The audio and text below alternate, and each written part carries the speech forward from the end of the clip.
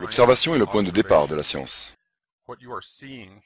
Ce que vous voyez ici est ce qui s'est produit à la tour nord du World Trade Center, le second des 3 bâtiments effondrés le 11 septembre 2001. J'utilise le mot effondré, mais les mots peuvent être trompeurs. Que voyez-vous en réalité sur ces images? Il y a une énorme quantité de débris en chute libre, mais sous la couronne de débris, voyez-vous la séquence rapide d'éjection explosive de matériaux? Certains débris ont été éjectés à plus de 160 km/h. Je vais appeler cela des explosions, car il est difficile de trouver d'autres mots pour décrire ce que nous voyons ici. Les explosions ne sont ni isolées ni rares. Elles sont ininterrompues et communes. Elles descendent progressivement le long des façades de l'immeuble au même rythme que les débris en chute. Vous pouvez peut-être imaginer une cause naturelle, mais pas moi. Notez que les explosions se produisent simultanément sur plusieurs étages, sur de larges zones, pas uniquement étage par étage, ce qui aurait pu être expliqué par un effondrement en piles d'assiettes. Observez les explosions bien en dessous de la zone d'effondrement.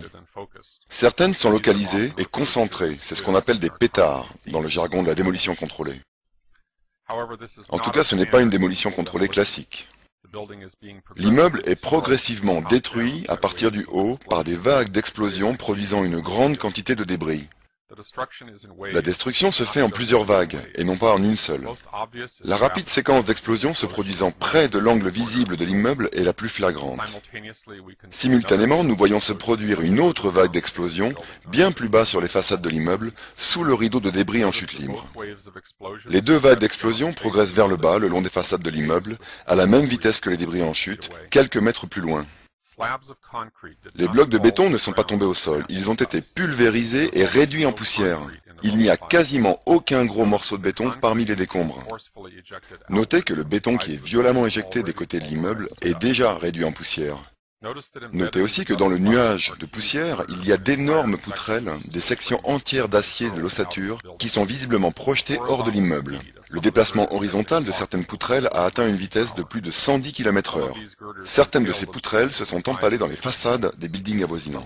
Certaines ont atterri à une distance équivalent à 2 terrains de football depuis la base de la tour. Qu'est-ce qui a pu projeter des poutrelles si lourdes avec autant de force à si grande vitesse?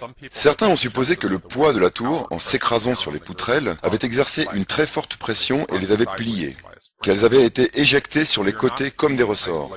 Mais ce n'est pas un nombre restreint de poutrelles éjectées. Nous voyons la majeure partie de la masse de l'immeuble, du métal, du béton, des meubles de bureau, des restes de corps humains, tout ceci réduit en petits débris et en fines poussières et éjecté dans toutes les directions. Des fragments d'os ont été retrouvés sur les toits des immeubles voisins. Les os n'ont pas été écrasés dans la masse en chute, car sinon ils auraient été piégés parmi les débris. Ils ont été pulvérisés avec tout le reste, ils ont explosé dans toutes les directions. Les enquêteurs du NIST ont affirmé que la partie supérieure de l'immeuble, celle au-dessus du point d'impact, était tombée comme un marteau-pilon, écrasant jusqu'au sol la partie inférieure du bâtiment encore intacte. Pourtant, on remarque que la partie supérieure du bâtiment est clairement manquante. Il n'y a rien au-dessus de la couronne d'explosion à part quelques débris. Voyez-vous un marteau-pilon? Rien ne semble avoir écrasé le bâtiment. Les différentes vagues de destruction et les éjections explosives de matériaux se produisent sur de vastes zones qui s'étendent jusqu'au sommet de ce qu'il reste du bâtiment. Les scientifiques du NIST n'ont pas modélisé l'effondrement des tours. Leur analyse était grandement défectueuse dans bien des domaines, mais la plus grave erreur est que le champ de leur enquête a été artificiellement réduit.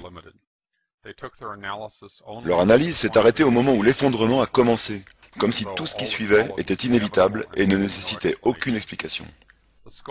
Le champ de leur enquête a été artificiellement réduit à ce qui aurait pu se passer ou se serait passé pour déclencher l'effondrement. Ce qu'ils ont volontairement ignoré, c'est ce qui s'est réellement passé. En limitant leur enquête aux prémices naturelles de l'effondrement, à savoir les dommages dus au feu et aux avions, ils ont d'emblée exclu toute possibilité de trouver les preuves d'une démolition contrôlée. En d'autres termes, tout ce qui s'est produit pendant l'effondrement même, les preuves ou indices que nous avons pu voir ici, a été très clairement écarté de l'enquête. Tout modèle d'analyse de l'effondrement, qu'il soit simple ou sophistiqué, est un mauvais modèle et de la mauvaise science, s'il ne prend pas en compte tous les éléments disponibles pour expliquer les observations réelles. Et vous, que voyez-vous?